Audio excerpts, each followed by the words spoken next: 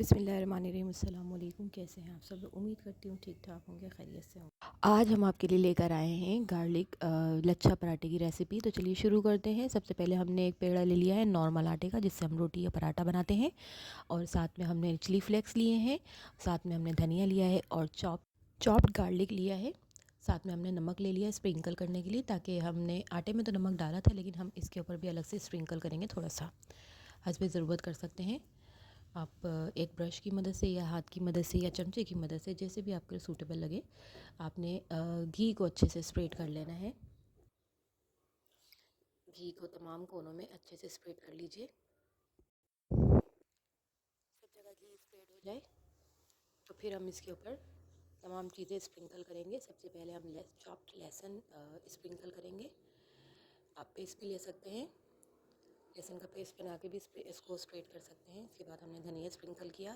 कोशिश कीजिए सब जगह स्प्रिंकल हो।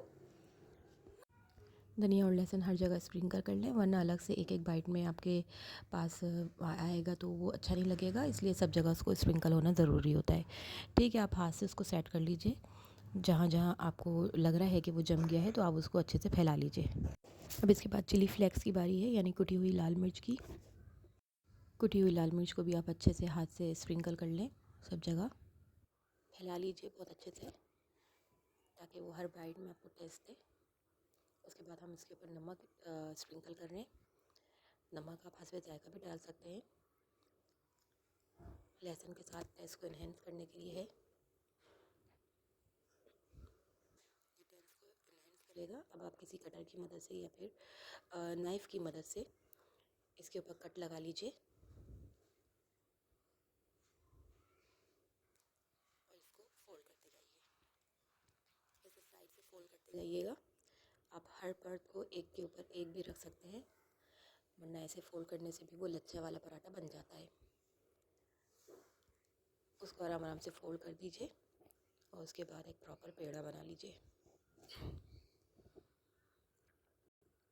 देखिए बहुत इजीली एक पेड़ा बन चुका है। अब हम इसको डस्ट कर लेंगे आटे से अपने खुश्की से, और नॉर्मल पेड़े की तरह इसको बेल लेंगे। आप चाहें तो हाथों से भी प्रेस कर सकते हैं, हाथों को ग्रीस करना ज़रूरी है।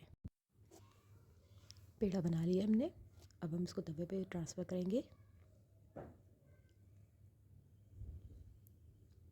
एक साइड से थोड़ा पकने दीजिएगा और उसके बाद दूसरी साइड जो आपके सामने है इसके ऊपर ऑयलिंग कर दीजिएगा। मैंने घी इस्तेमाल किया है, आप बटर भी यूज़ कर सकते हैं। अब एक से दो बार इसे अलग अलग साइड से घी लगा के आपने इसको पलटते रहना है। हमारे पास गैस का बहुत इशू है, इसलिए थोड़ा सा टाइम ले रहा है पकने में और कम सिक रहा है। प्रॉपर घी, आप इसको प्रॉपर गैस मिलेगी तो अच्छा से बनेगा और ये तेज़ आंच पे बहुत बेहतरीन बनता है। मीडियम हाई फ्लेम पर देखें, तब भी बहुत प्यारा सा कलर आ रहा है। इसको अच्छे से पलट के हमने डिश आउट कर लिया है। थोड़ा सा ठंडा हो जाए तो आप इस तरह से इसको दबा के इसके पर्ट चेक कर सकते हैं। देखें अच्छे से ये लच्छेदार सा बन गया है। शुरू करते हैं ऑमलेट की तैयारी। ऑमलेट के लिए हमने 3 बड़ी मिर्चें ली थी और उसको हमने ऐसे काट लिया है।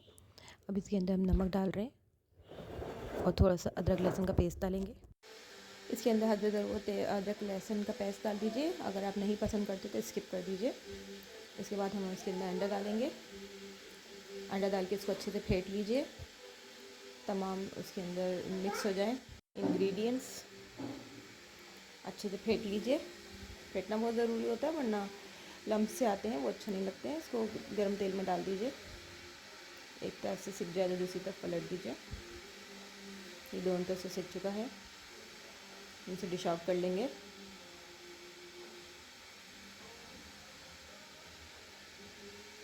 इसको डिश आउट कर लें और अब अपने लच्छेदार पराठे के साथ इसको, गार्लिक पराठे के साथ हम इसको सर्व करेंगे। तो ये थी आज की रेसिपी। उम्मीद करती हूँ आपको पसंद आई होगी। पसंद आई हो तो वीडियो को लाइक कीजिएगा, चैनल को सब्सक्राइब कीजिएगा, कमेंट कीजिएगा, शेयर कीजिएगा, वीडियो को शेयर कीजिएगा। मिलते हैं फिर नेक्स्ट वीडियो में किसी नेक्स्ट रेसिपी के साथ इंशाल्लाह। तब तक के लिए अल्लाह हाफ़िज़।